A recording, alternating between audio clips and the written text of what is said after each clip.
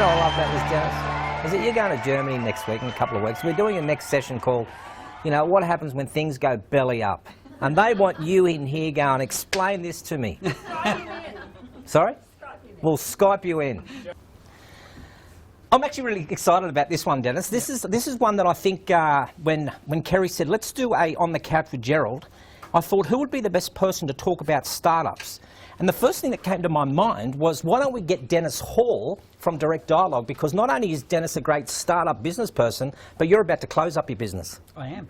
So I thought, well, you know, 17 years ago, I think from the chat that we had 17 years ago, you started Direct Dialogue. Now you've decided in the next couple of weeks, you're off. You're leaving for where? Germany. Why? About 3 years ago, my wife and I decided that that we wanted to do something different with our lives. We had, obviously, like everybody, a lot of commitments at that time. Most notably, our daughter, who was still in high school. And we decided that when she's finished high school and has decided what she wants to do with her life, that we were going to pack up and work overseas for 2 years. So Germany was the chosen destination because my wife is of German descent. And we moved to Frankfurt on the 27th of July. And so how is your Deutsch? Sorry? How is Deutsch? For those people who don't know, Deutsch is the currency that's over there. So 1 Deutsch, 2 Deutsch, 20 Deutsch. Because I know my German. Don't you worry about it. So startups, I think startups is an interesting word. If I'm having a look at the audience members out here, how many people here have struggled with when you started up? Can I just see a show of hands? Yeah, struggled when you started up. Who actually started their business and was on fire about 2 weeks afterwards? So one person. Wow. Maybe you should get up here and we should maybe talk to you. Tell us what the secret is. But when it comes to startups, I think that's really hard because I know when I started, it was kind of like back in the day when there was no internet. Phones were the best way to contact clients. And knocking on doors. So, you know, the door knocking and the licking of the back of envelopes, we all would have remembered those days, and then throwing them to 100,000 people and 3 people write back or ring back saying, will you stop sending me these brochures? What do you think are the pitfalls when someone wants to start up their business? Look, I think the major pitfall is that people undercapitalise themselves. That they don't have enough resource behind them because they have this idea that everybody's going to latch on to what they're offering, and within 4 to 6 weeks of them starting their business, they're going to have an income stream. And nothing could be further from the truth. Why? I mean, really, wasn't that reasonable? It's not reasonable because of the nature of the business we operate in. We operate in a business where we're providing solutions to other people's problems, largely. Yeah. And those people and organisations, in my experience anyway, take some time to recognise, A, the nature of the problem, and B, some of the potential solutions. And even when they've gone through that process, it then takes some time for the machinations of all of that to be approved and budgeted, and, you know, so a 4 to 6 week window from woe to go isn't going to happen. So 4 to 6 months maybe. But 4 to 6 months. So do you think the way that the market is right now being so volatile, do you think 2015 is a good time to start a new business? I think it's the best time to start a new business. Mind you, I thought 2014, 13, 12, 11, 10, 9, 8, 7, they're all great times to start businesses. Yeah. I don't subscribe to the theory that, you know, you should start a business when the economy is booming. Because I can't remember a time when the economy is booming. I can remember times when sectors of the economy were booming. But I think that, you know, the 21st century is not a boom or bust cycle for Australia anymore. Yeah.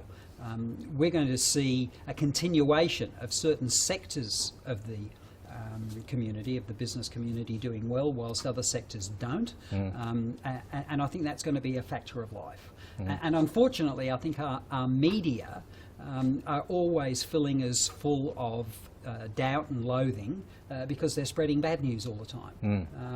You know, for example, even just today, Chinese economy news was bang on target, 7%. And all the economists are saying they only just scraped it in.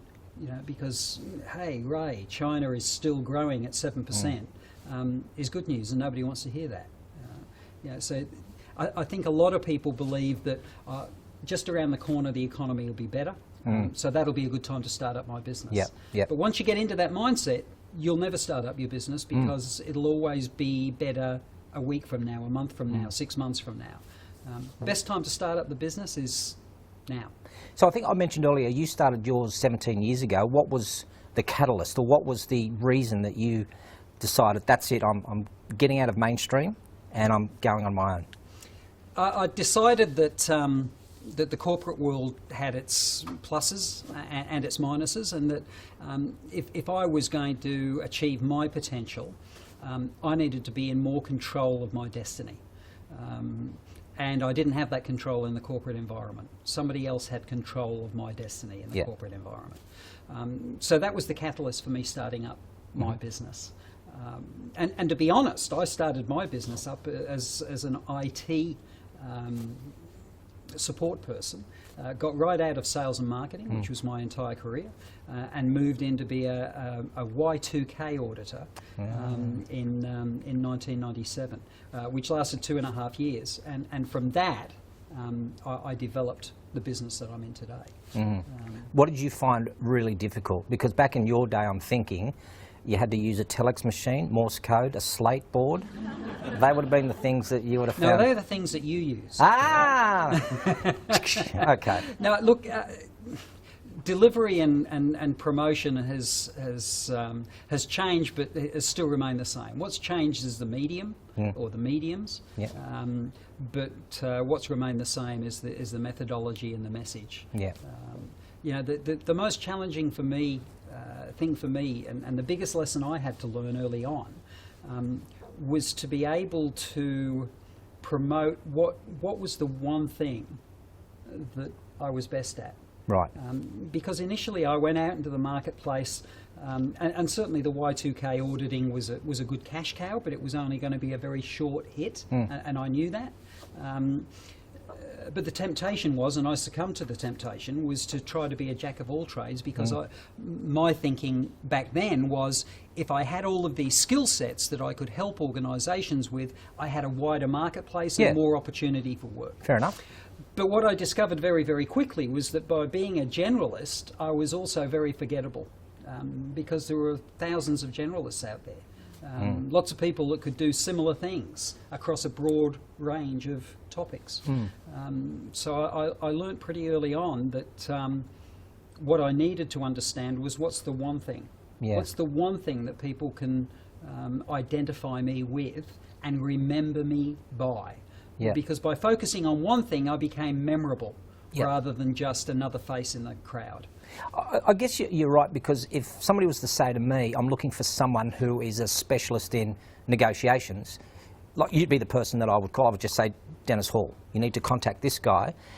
But is there a real problem with Dennis not only being the negotiations guy, but being the customer service guy and being the time management guy and then being the change management guy? Is there a problem with that?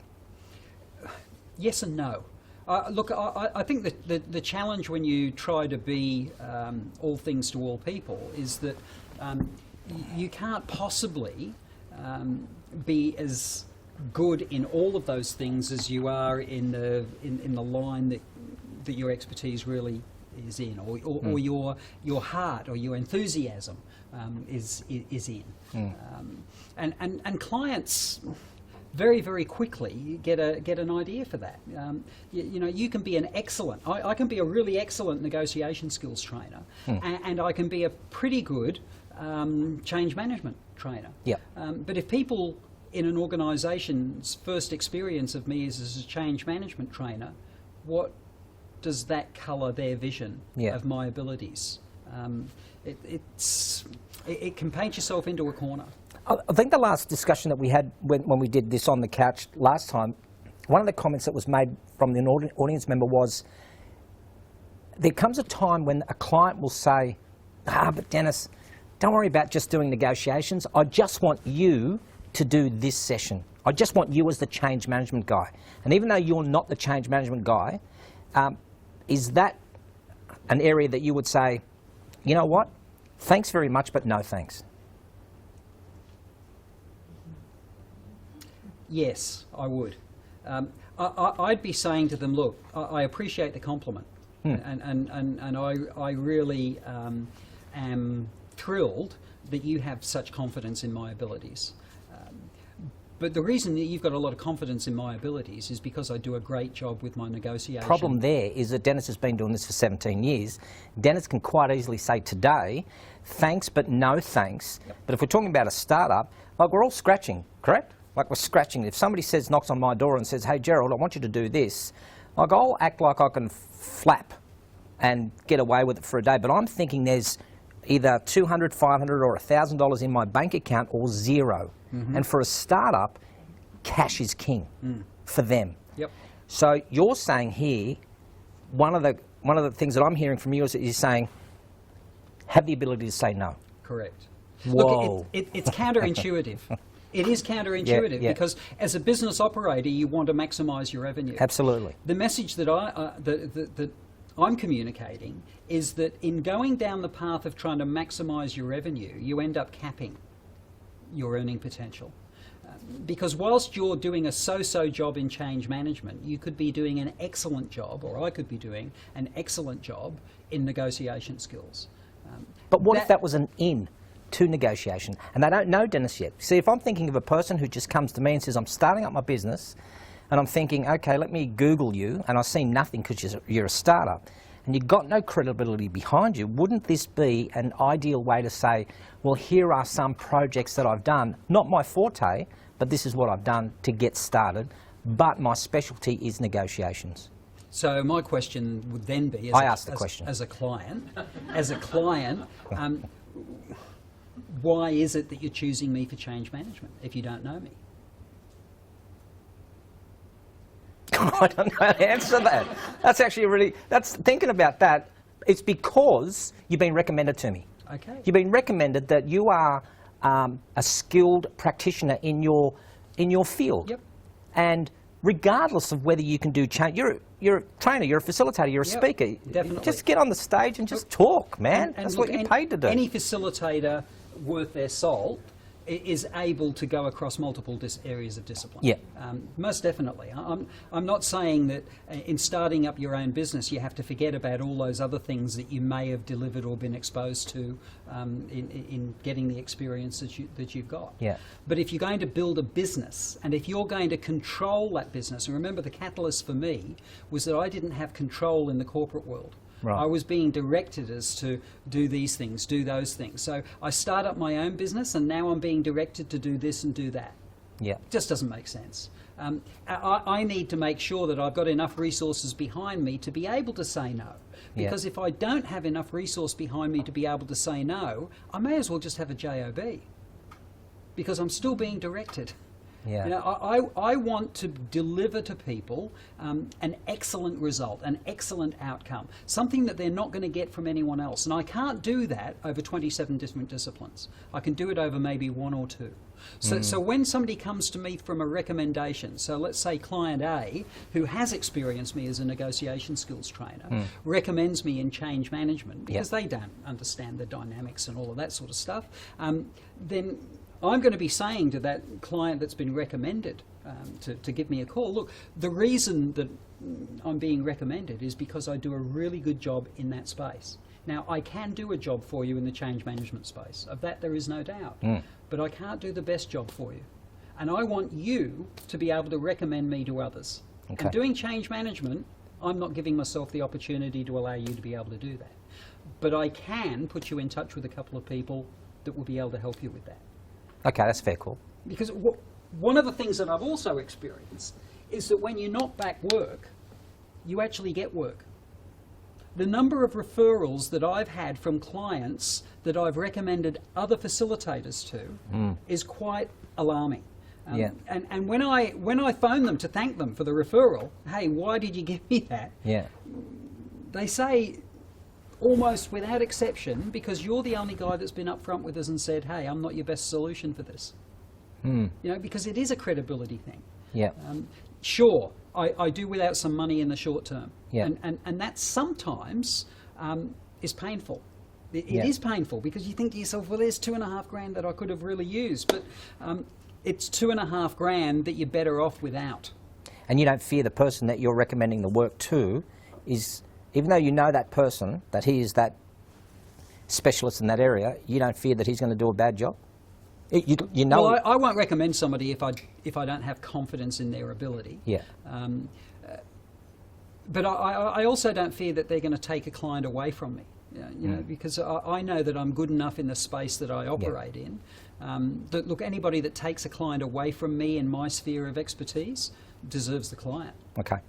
So being the authority is what you're talking about. Yes. So first thing, if you're going to start up something, be the authority in one. Don't be the generalist. Don't be the jack of all trades. Be the master of one. Yep. And be good at it. Yep. Okay. Give me another nugget. Well, I mean, just before we go off the being a master of one, you know, I mean, you yourself, you're known as the presentation guy. And you and I were talking only earlier this evening about how business has gone up as a direct consequence of that focus. Yep.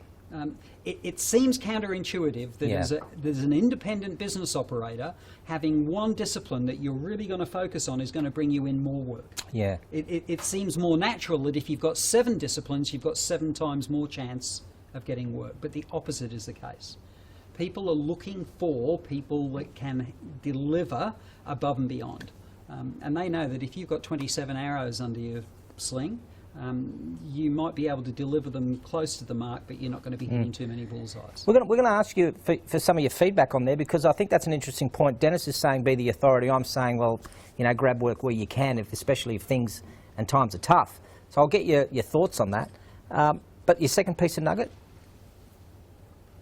Being the authority, number one, have the resources behind you to support your business. You know, the reality is, as a startup, if you can't support yourself with 0 income for at least 6 to 9 months, you shouldn't be starting up. You really have got to have the resources behind you, not to have to worry about, if I don't get a job this week, I'm eating out of the gutter. Because that is going to impact on your ability to be able to, A, land work, and B, be in the right place mentally to be able to deliver effectively. It's interesting you say that, because I guess we know of someone that has had one client and has been probably a generalist with that one client, but as you and I know, and as probably a lot of people here know too, you're only as good as your last gig. And those happy sheets that people are ticking away, and you get a 10, a 10, a 10, a 10. And this lady had just one day, had a bad day, didn't she? She had a bad day, and she got an 8, 8, 8, 7 and a 3 and don't ever come back. So of the 16 years that she's been working, one day's bad, she has now lost the lot because she has one client. So are you saying that she should have had enough resources, because she's now probably going to start up again in a different manner.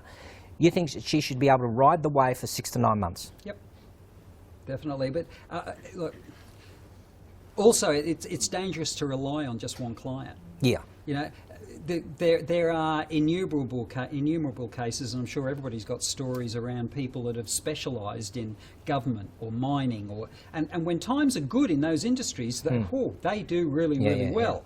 But the moment that industry catches a cold, they're in trouble.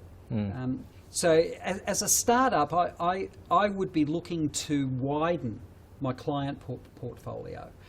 So I may have contacts, and most of us as startups have got contacts in an industry that we've come from. I mean, in my case, it was tourism and hospitality, because that's where I'd spent the previous 15 years in the corporate world.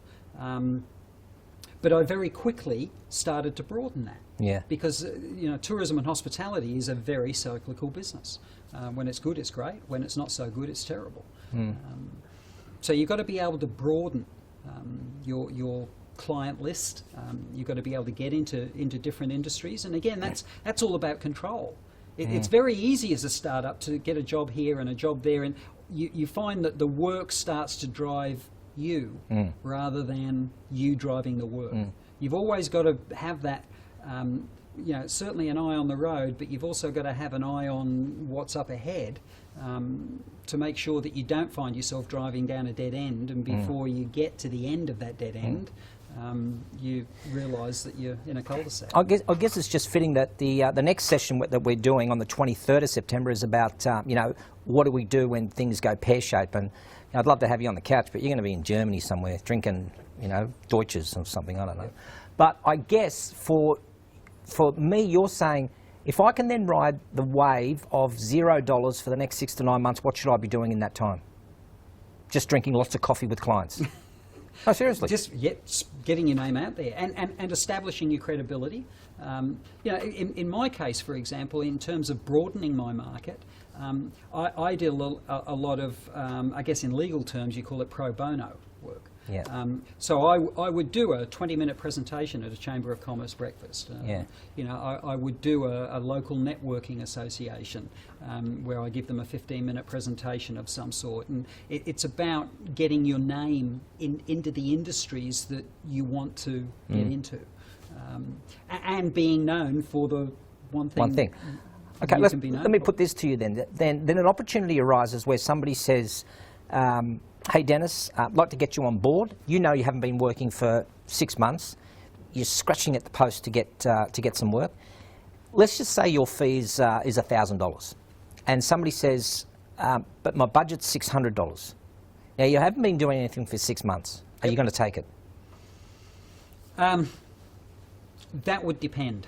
And I know it sounds like I'm sidestepping the question, but it would depend on where I would see the potential for that client. If this is a one-off job, I would be very, very reluctant to take a $600 job.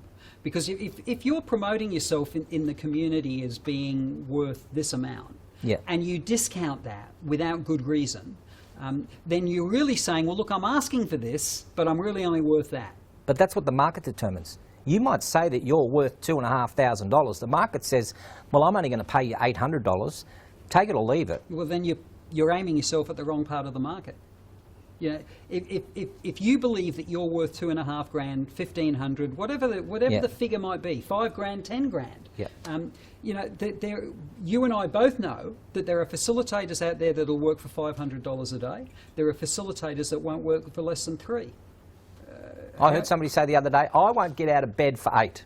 Like, who is he? Miranda Kerr? Like, seriously, I mean, is that an attitude thing? Is that, sorry, Miranda, but is that an attitude thing? Is that an arrogance thing? That what's been offered to you as a startup is, and I know you're saying this is counterintuitive, that you're wanting me to ride the wave for 6 months. I've got no work. I've got to be the authority in one. I've now got work. I'm not diminishing. I need to put some scratchings on the table to feed my family. Yep.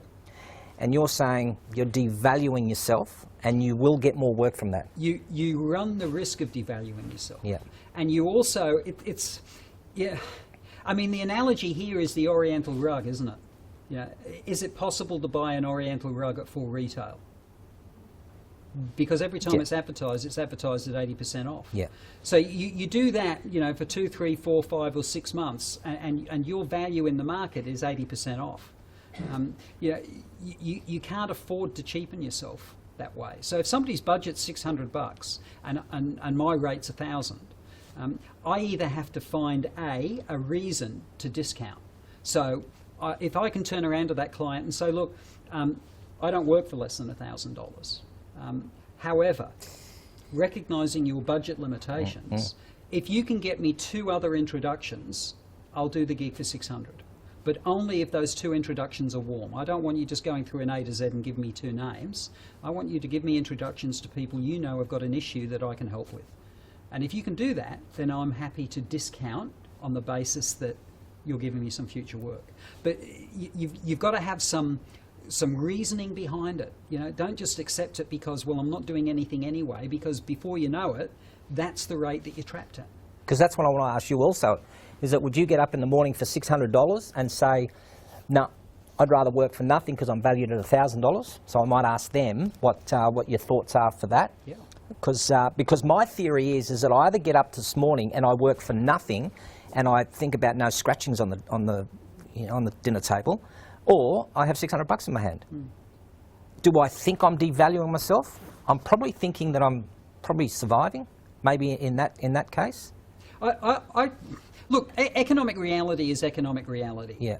But you've got to be careful that you're not setting a trap for yourself. Yeah. And that 2 years from now, you're not looking back saying, how can I get my rate up from 600? Yeah. You know, because the mistake was made early on, and it's usually made because you've not got enough resource behind you. Yeah. So you're struggling because you've not got 6 or 9 months capital reserve.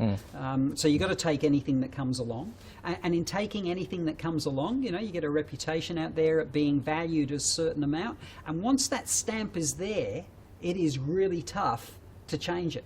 And we're all guilty of the same thing. You know, you see anything, whether it's a service or a product in itself, that's marketed at a particular level, and then you see it heavily discounted. The first thing you ask yourself is, what's wrong? Why so cheap? You know, you never see Jaguar, Mercedes, or BMW or Audi have sales. They might have an event every now and then, but they don't have sales because they don't want to cheapen the brand. They might value add, but they don't bring those prices down. So if their budget's $600, I'd say, well, look, okay, if you can give me 4 gigs instead of 2, then I'll do the $600 thing. Okay. But you're not playing with what your value is, and that's the danger. Okay, so be the authority, find your value. And what are you saying there? You're just saying find your value and be able to ride the wave for 6 to 9 months. Yeah, most definitely. Okay. Third thing?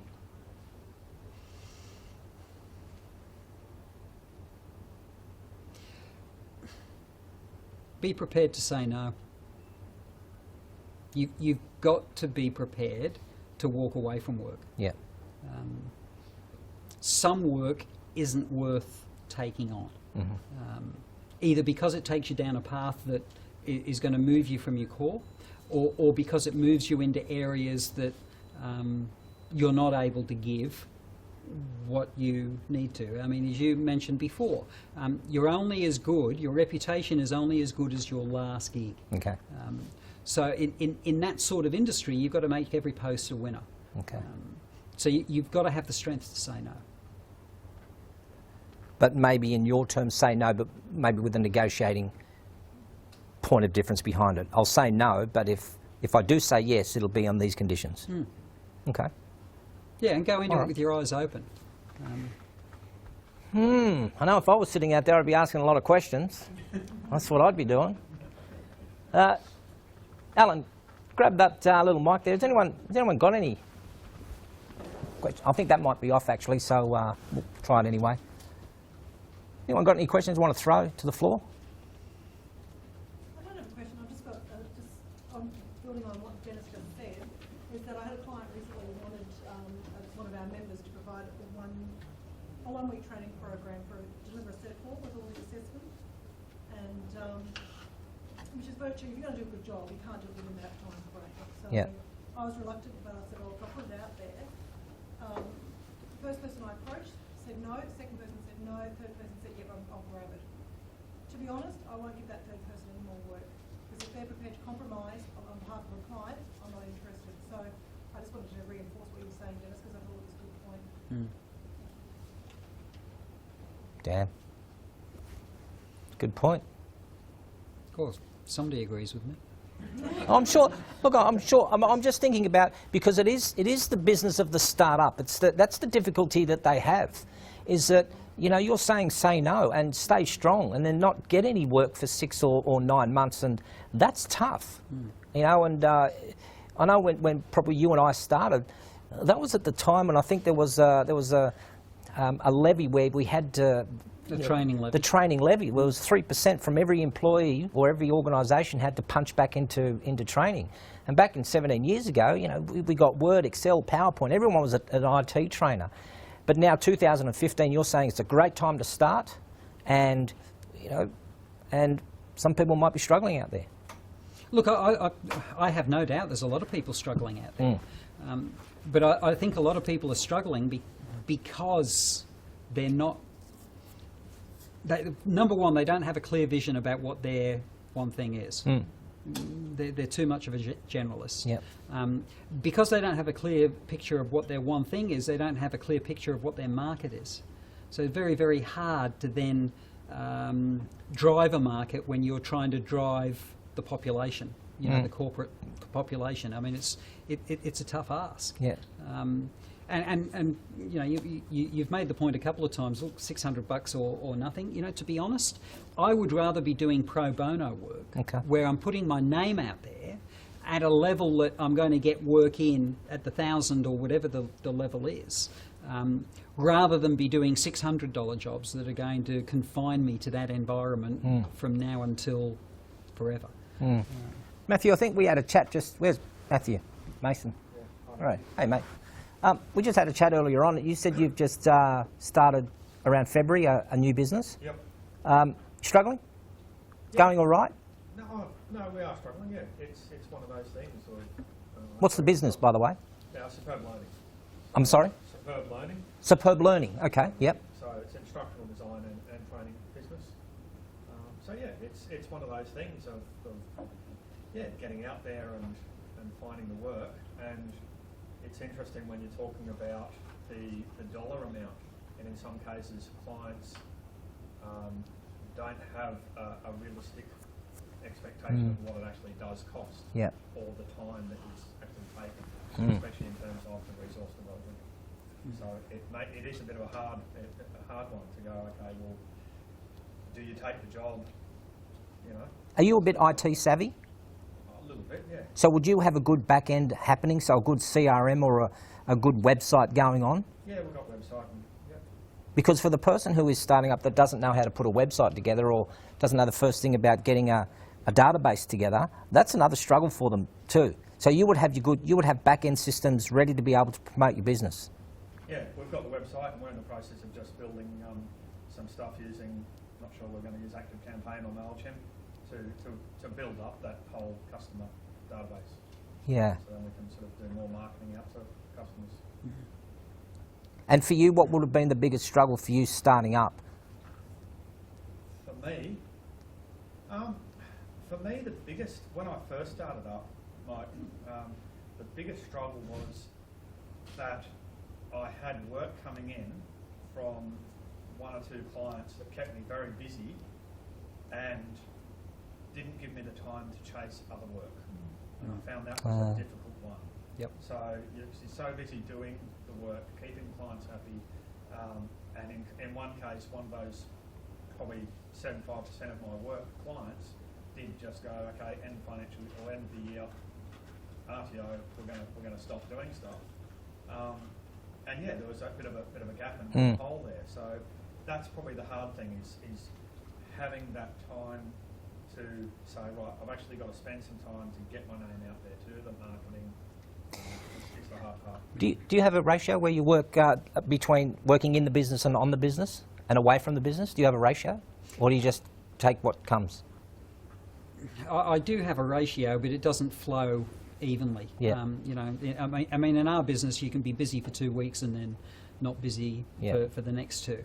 But I like to try and keep a 2 and 5. So I have two face-to-face days, 3 non-contact days, either for development or for marketing or Yeah, that's a pitfall we get into also, is that sometimes we just work so much in the business that you don't actually develop anything. And it's another extension of the discounting rates. Yeah. You know, if you're going to work for 60% of what your rate should be, you're going to have to work 1.5 times harder just to recoup where you should have been working 1.5 times less. So, you know, if your rate's 1,000 and you're working at 600, you've basically got to work 2 days to be where you would have been had you have worked just for 1. Yeah. So you're having to work flat out, which means you can't then market the business because you're doing so much face-to-face to try and keep pace. And that's what results in the, up, down, up, down, up, down for most independent operators. I know it probably took me 2.5, 3 years to even that out. Because it takes time to build up momentum. Yeah. It takes time to have enough leads in your sales funnel, enough clients and all of that. So, there is no acceleration of that. Well, there is, but it takes lots and lots of money. Yeah. And most startups don't have lots and lots of money. So you've got to substitute time for that. So in my experience, as I say, it took 2.5 years to get to the point where I had the right balance, the right rate mixture, and was able to market in accordance with delivery and all of those sorts of things, so I didn't have as much of a peaks and troughs. Having said that, December, January of every year is like being in the middle of the Sahara Desert. But I build my year around that. Yeah. December, January now is a regroup, refocus, re-strategize, planning, preparation, all of that sort of stuff. So it's no longer downtime, even though from a cash flow perspective, there's not a lot coming in out of that. Because I mentioned when we started that I know I was gagging when I said you're closing up your business, but really are you going to be starting up another, like the same similar business that you're doing here in Europe? Not really. My main focus in Europe is going to be the online side of things. But that's a startup, will it? Would that be a new startup for you then? Reasonably, yeah. Okay. Yeah, reasonably new. But I've been working on that in the background for the last 12 months. Ooh, So- watch this space. Yeah, so that I've done a lot of the prep work Yep. so that I can not quite hit the ground running, but almost hit the ground running once I get there. And for the person, because there is, I think I spoke to someone earlier on, that they're at a stage where their business, by true, I think, customer relations side, is that the business has increased 400% and they can't take any more clients, but they can't offload the business onto anyone else. Yeah, Is that a good position to be in? no, No. definitely not. I mean, if your business isn't saleable, So do you increase your price there? So do you say, okay, I was charging, let's go again, $1,000. Do I then say, okay, to make it tough, and so I get to an equilibrium where I find that some people will drop off and find another person to do that, but then I become the authority for that group of people at 1,500. Yep. Is that what we do? definitely. Okay. That's certainly what I did. Yeah. Your rates go up in proportion to the demand that you've got coming through. And that does mean that some clients drop off the edge of that Yeah. because they're not prepared to go to that next level, and for all sorts of reasons. Either because they don't see you in that space, Yep. or because they've got constraints in their budget, genuine constraints, not just negotiating ones, where they just can't stretch to that. Who else is starting up? Anyone starting up? Yep. Just an observation more than a question. There is another alternative when it comes to the dropping of the price. To use your analogy, Gerald, going down from 1,000 down to 600. I occasionally get a client who will come to me with that very proposition, and I say no. I'm prepared, as you said, I'm prepared to walk away. But here's what I'm prepared to do. I fully respect your budget, yada yada yada, all the kind of smarmy stuff that we do to keep them sweet. But if when I delivered this, you genuinely don't believe that I have delivered $1,000 worth of value to your team, which they can then take away and use in the workplace to generate more than $1,000 of benefit for you, then I won't do it for 1,000. I won't even do it for 600. I'll do it for 500. Oh. You just come back to me and say, Alan, we don't believe you. We got $1,000 worth of value out of that, and no arguments. I'll just refund the difference and drop the price. Because if they don't believe that they've received that value for money, you're never going to get them back again anyway. Yeah. But be prepared to offer an alternative.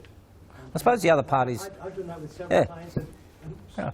there's some wood. Need some wood quickly. Yeah. Nobody's come back to me and said, we don't believe you've given that value for money. Yeah. And I guess you've got to have a product that people are interested in also. Well, I mean, the service has got to be marketable. There's got to be a demand for it. I mean, we're in the solutions business. Yeah. We're providing businesses, corporates, organisations with solutions to issues. And Matthew, you raised the issue in terms of an organisation focusing on not recognising the value of what goes into. We all get that all the time because they just don't you're going to charge us $4,000 for this? Well, how come it's $4,000? When the conversation starts going down that path, it's a very icy slope. Very icy slope, because you start discounting this bit, and then they have the same conversation about that bit, and all of a sudden the integrity of the program is challenged as a consequence. I prefer to get the conversation back onto the problem. Yeah. What's the problem costing you? What's the problem costing? Because if they keep focused on the cost of the Yeah. problem, Yeah. the cost of the solution becomes insignificant in, Yeah. in comparison. Yeah. Um, Gotcha. Luke, can I ask you, Luke Challenor? The training dashboard, how's that going? Was that a bit of a, that's a great concept, great idea. Yeah, slow going. So we've had a few clients pick it up, and since then, that's exactly what you guys are talking about. That's been my challenge, as to how to get the name out there, get more people trying it, get more people referring it. Because in essence, most trainers want to be able to measure behavioural change after their training. So I've got a piece of software that allows that. Yeah. I've now just got to tell more people about it. Had a few clients come on board, and again, the whole price negotiation. Yeah. Do you discount it to get them to try it, or do you hold firm to a price? Yep. Much like Dennis, I've tried to hold firm to try to show a value in it, Yep. and so far that's been successful. I've had a few people fall back on, pull away from a pricing perspective, and I'm okay with that because Yeah. at least now I realise that I've got a price that I feel comfortable with because other people have accepted that. Maybe I'm just an Angry Birds kind of a guy, sell it for $1 and sell 1 million of them. Yeah, I'm not convinced. Okay? No, that's. I thought I was going to say $2. But Well, Angry Birds, wasn't that 99 cents and just absolutely went, and your sort of product is one of those products where you could fall asleep and people are just using it and on selling it. that is the theory. The other challenge as well. Well, Angry is Birds worked it try to out. Pay for my time or try to pay for time to put reports together, because in essence the client can do it themselves, but no one wants to. Everyone wants me to load it up and put the training outcomes in there. But there you're trading your time for money. There is a piece of that, and that was very hard for me to get Yeah. my head around. Am I selling the outcome, or am I also selling my time to achieve that outcome? And so that's why I decided to go down the path of no, I'll value it up so that you get an outcome plus you get my service to help you achieve that outcome. So Just if anyone is listening to that, if you're really listening, you can get me for $1. Like seriously, that's the message. I'm kidding. Look at you smiling like a little Cheshire cat. I want to hear from maybe this table here. You got a startup over here? What's your business? I'm training baristas at this stage. What a great name. The training baristas. Okay. And what's your focus? What's the focus there? Providing accredited and non-accredited training for baristas. Okay. How's that going? I haven't started yet. I'm still in the preparation stage. All right. So I'm looking to secure an RTO, and I've found some training resources and things like that. I work as a barista, and I have done for a number of years. Yep. I work basically full-time, and I have a 5-year-old son. So a lot of the work is done at home and behind the scenes. A lot of marketing is done in the workplace because I work as a barista. Yep. I have my own website. I am very prominent on Facebook. What's the name so we can all Google it tonight? Bonnie's Barista Basics. Bonnie, the triple B's. Yes. Bonnie's Barista Basics. Okay. So at this stage, that's what I'm looking at because that's where my expertise is. I have a background. I could teach first aid if I wanted to, but I've decided not to. Yep. In case a hot coffee pot pours on their hand. What I'm doing, what I can do really well at this stage. Does any of the stuff that Dennis is talking about resonate with you? Absolutely. Serious? Yeah. Be the authority in Yep. making. You have the resources behind you.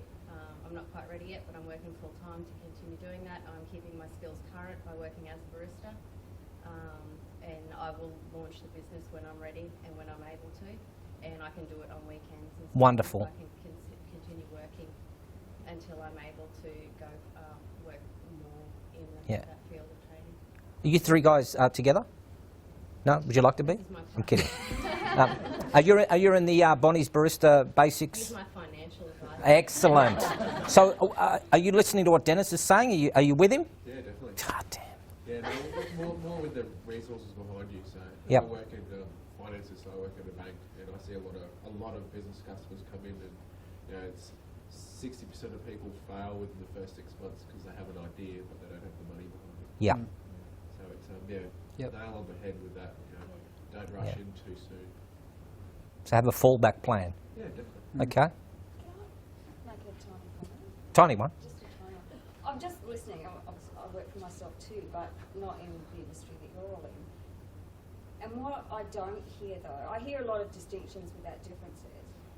And I do actually agree with you up to a point, Yeah. No, I do. Only because I think we forget that with our businesses that they need to be fluid. And I think, so when I hear you say that you would rather work pro bono for like instead of discounting, not cheapening, I'm a bit confused by that. I do understand where you're coming from, but I've also worked in the medical industry where we would discount, if you like, because bulk billing brought the volume in, and I don't think that you can establish a reputation unless you're actually working. So maybe it's starting out at your price point. So for you, 17 years ago, I don't know where you priced yourself in the market, but until or unless you can get your bookings, how are you going to get your reputation going, even if you pick that one area that you want to work in? I don't sort of hear too much. I hear everybody seems to be very set that no, unless you're paying, that's it, rather than negotiate. Then that's okay. I can understand where you're coming from, like you said, but does it necessarily mean that you're being cheap or you're being flexible and trying to meet halfway? I'm not sure. That's Well, I think, look, it's a good point, and it is all, you know, how long's a piece of string, and, you know, how much of it is negotiation versus positioning. All of those sorts of issues come into the equation. What I'm really speaking at is more the, you know, going for price's sake. Unless you've got a clear picture in your mind of what you're worth, because, okay, you talk about the medical industry and volume, that's great. Direct dialogue is me. I don't have a string of trainers here. People buy me, and I've only got 24 hours in a day. So discounting to get bulk doesn't make sense, because when my calendar's full, it can either be full at $2.5, $3 a day, or it can be full at $800 a day. But that's, I guess, where I'm coming from, is that where if you're a startup and it seems that your industry now is flooded, there seems to be a whole lot more trainers, facilitators out there scrabbling around for work that appears to be drying up. Maybe it is your entry price point rather than deciding that I'm worth $2,500. I mean, who determines what you're worth? You do, which is great. And I understand that you're you and you're the only one doing what you do, as far as you're concerned. But if I was looking to book a trainer, that might be my first constraint. So I might need to open a dialogue with you about price. But I guess if there's no flexibility there, if you're a startup, you can't really establish a reputation. That's all I'm saying, is that for you to be able to get your name out there, you need to work. And if you can't or you won't, maybe say, at the moment, you don't know me, you've got no idea about what I can do and how I'm going to, you know, help build your business, you won't get the job. So that's why I agree with you up to a point, Gerald, that I think, and it's not about money. See, I don't actually see it about money, I see it about work and establishing your reputation. If that is what's going to get your money going. Just in terms of that, like I said, I'm providing accredited and non-accredited Yep. training. So my accredited will be linked with an RTO. I can provide certificates for that. That's going to be obviously a higher price.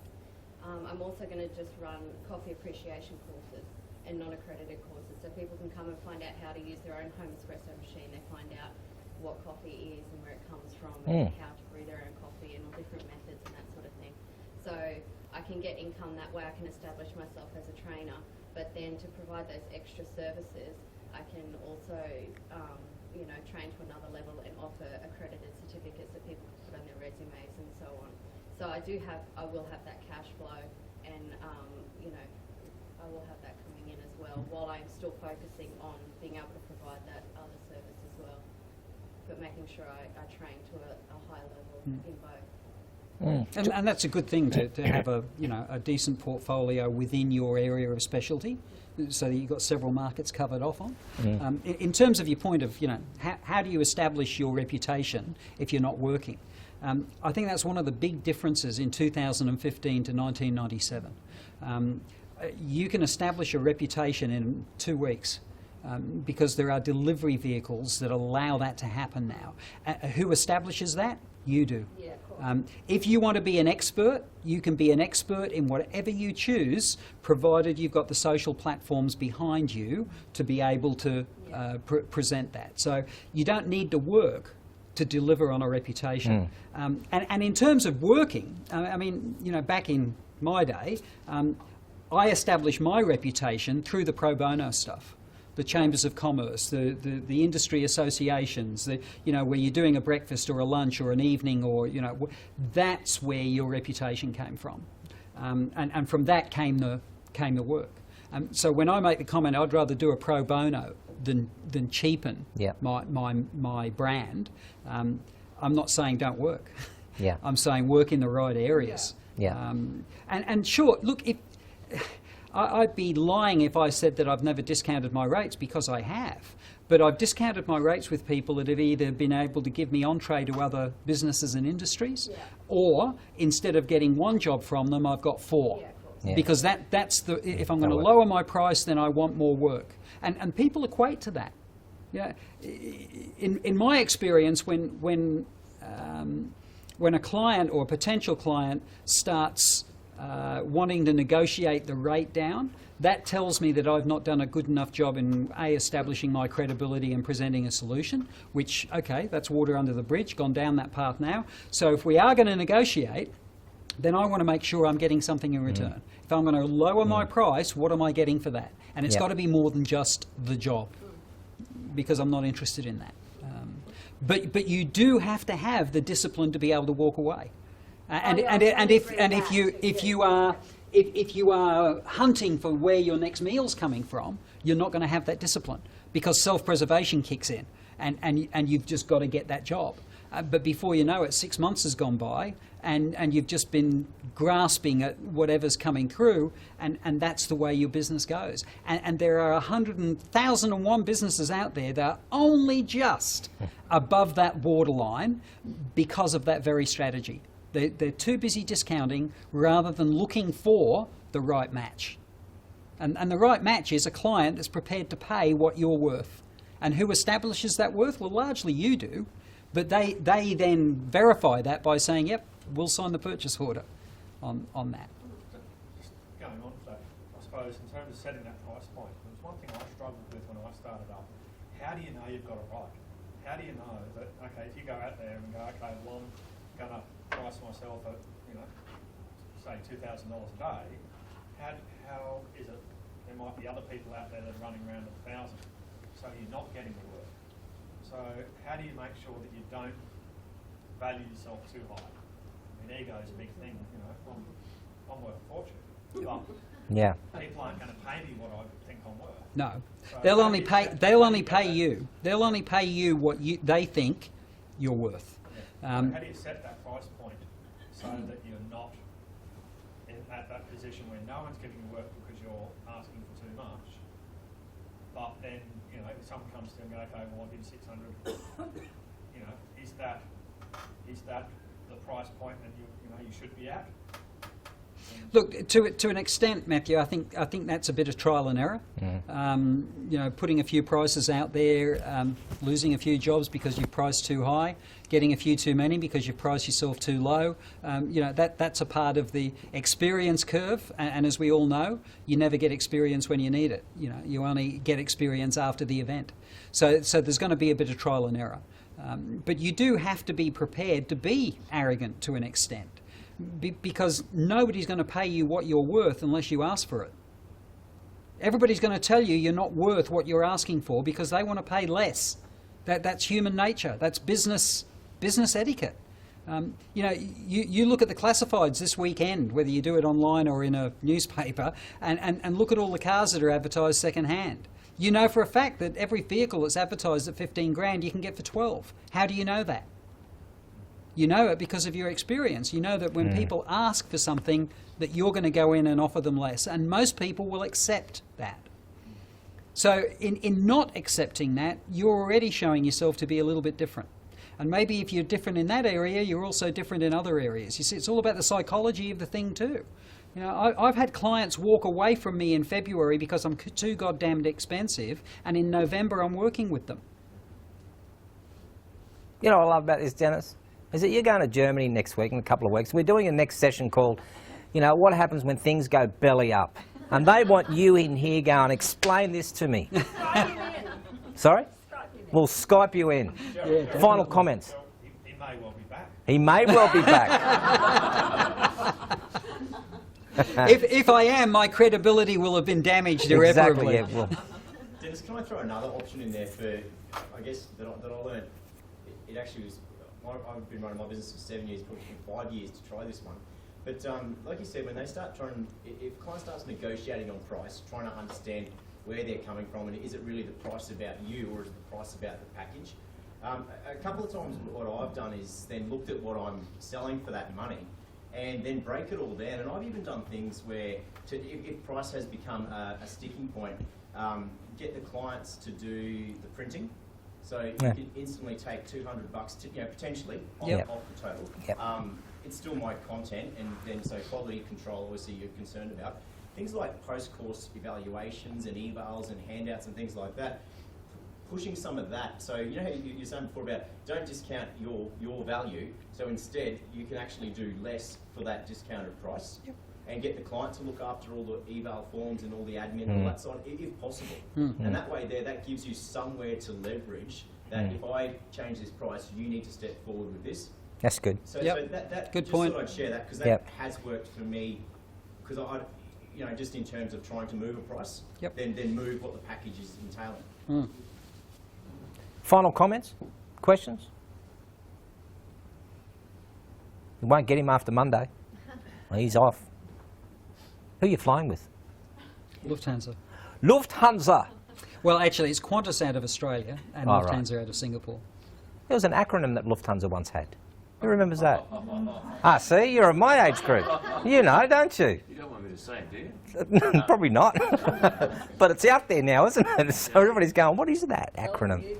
Oh, Googling the acronym. I think we're done. Thank you, Dan. This is what I love about this. I think, I like to put the black hat on, and I'd like to just challenge it and throw some things out there, see what people are saying, and you have made a lot of sense, and I do agree with what you're saying to most of the points, and I think some people have clarified that too. But yeah, I think our next session, Kerry, that's a great one on the 23rd of September. We'd love you to come along to that.